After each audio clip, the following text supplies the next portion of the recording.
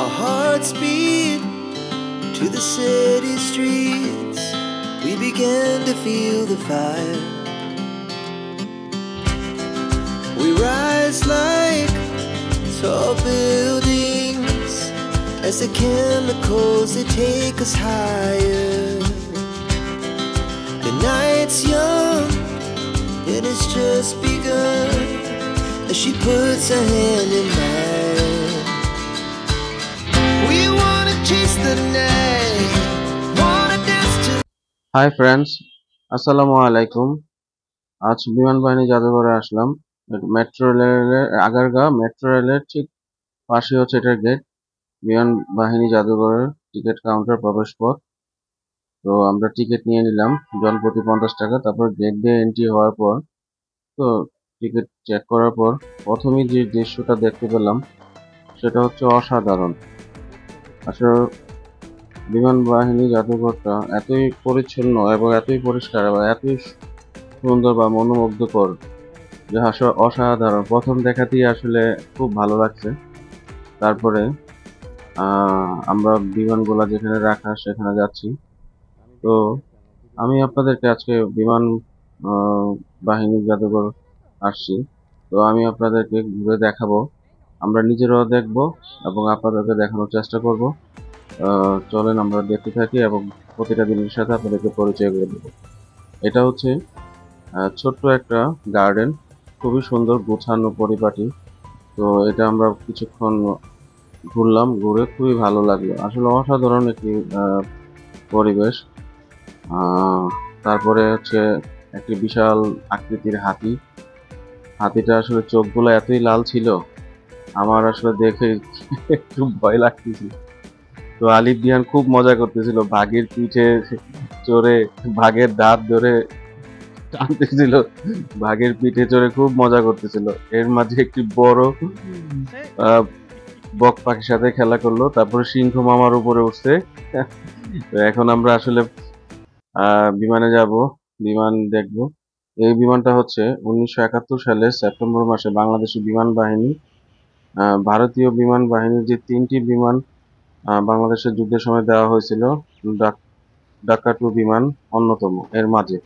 এই বিমানটির মূল মালিক ছিলেন ভারতের যোধপুরের মহারাজ। মূলত পরিবহন বিমান হলেও উহা 5000 পাউন্ড বোমা নিয়ে শত্রু এলাকার বোমা বর্ষণে সক্ষম। মুক্তিযুদ্ধের সময় বিমানটি বিশেষভাবে ব্যবহৃত হয়। বর্তমানে দর্শকদের পরিদর্শনের সুবিধার্থে বিমান বাহিনীর বিমানটি সংরক্ষণ ও সৌন্দর্যবর্ধন করা হয়েছে। এটিও একটি অন্যতম বিমান, 3টির মধ্যে একটি। এটিও যুদ্ধের সময় অনেক বড় অবদান রাখছে। এটি হচ্ছে এয়ারক্রাফট, এটাও যুদ্ধের সময় ব্যবহৃত হয়েছিল। এখন এগুলাকে সংস্করণ করে জনগণের জন্য পরিদর্শন করা হয়েছে এবং এখানে আসলে অনেক যেটা দেখলাম আসলে অসাধারণ একটি শিক্ষণীয় মনে হয়েছে আমার কাছে, যে আমরা যারা খুবই এর মাঝে একটা খুব সুন্দর একটা প্রাকৃতিক দৃশ্য দেখলাম, রেনবো। আর আলিফ দিহান তো একটু গুড়ি গুড়ি বৃষ্টি হচ্ছিল, আলিফ দিহান যে মজা করতেছিল শুধু লাফাচ্ছিল।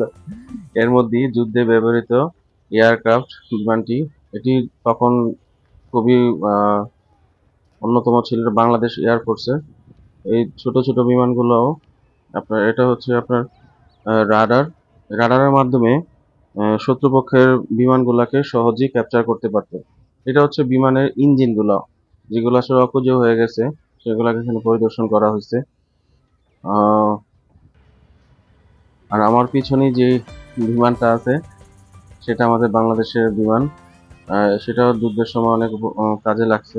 এটা দ্বিতীয় বিশ্বযুদ্ধের সময় দুটি বিমানের পাখা এখানে রেখে দিছে জনগণ। এটা হচ্ছে প্রশিক্ষণ বিমান, বাংলাদেশের বিমান বাহিনীরা এই বিমান দিয়ে প্রশিক্ষণ 85 সালে এই বিমানের মাধ্যমে প্রশিক্ষণ নেয়।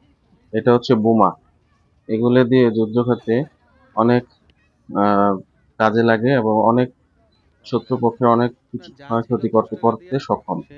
এটি হচ্ছে ছোট্ট একটি গার্ডেন, যেখানে মানুষ রিল্যাক্স করে এবং বাচ্চারা সেই পার্কের মতো রাইড আছে কিছু। 10 টাকা এন্ট্রি ফি দিয়ে ঢুকতে হয় ভিতরে। তো আমি যেটা ভাবলাম যে ঠিকই আছে, খুব ভালো। একটু টায়ার্ড হয়ে গেল মানুষ ঘুরতে ঘুরতে, তখন এখানে ভিতরে যেয়ে কিছুক্ষণ সময় কাটালো। তো আমরা ঘুরলাম, ঘুরে এবার একটু খাওয়া দাওয়া করার পর্ব। তো এখানে একটা সুন্দর রেস্টুরেন্ট ছিল, সেখানে বিভিন্ন রকমের আচার বিক্রি করতেছে, তো আমরা আচার কিছুটা নিলাম আর আলিফ দিয়ানের জন্য বার্গার নিয়ে নিলাম। তো খাওয়া দাওয়া করতেছি। খাওয়া দাওয়া করার পর এখন আমাদের সারাদিনের ঘোরার পর্ব শেষ।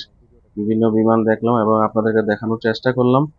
আপনারা জানাবেন কেমন লাগছে আর আমি কতটুকু আপনাদেরকে দেখাতে পারলাম। কিন্তু আমার কাছে মনে হচ্ছে বিমান জাদুঘর খুবই অসাধারণ একটি পার্ক। যদি আপনারা আসেন, কখন যে আপনাদের সময় শেষ হয়ে যাবে আপনারা নিজেরা আসলে কল্পনা করতে পারবেন না। আহ, আমার কাছে অসাধারণ লাগছে। 8-10টা পার্ক থেকে বিমান বাহিনীর জাদুঘরটা অসাধারণ। আল্লাহ হাফেজ, টাটা, বাই বাই। আবারও দেখা হবে নতুন কোনো ভিডিও।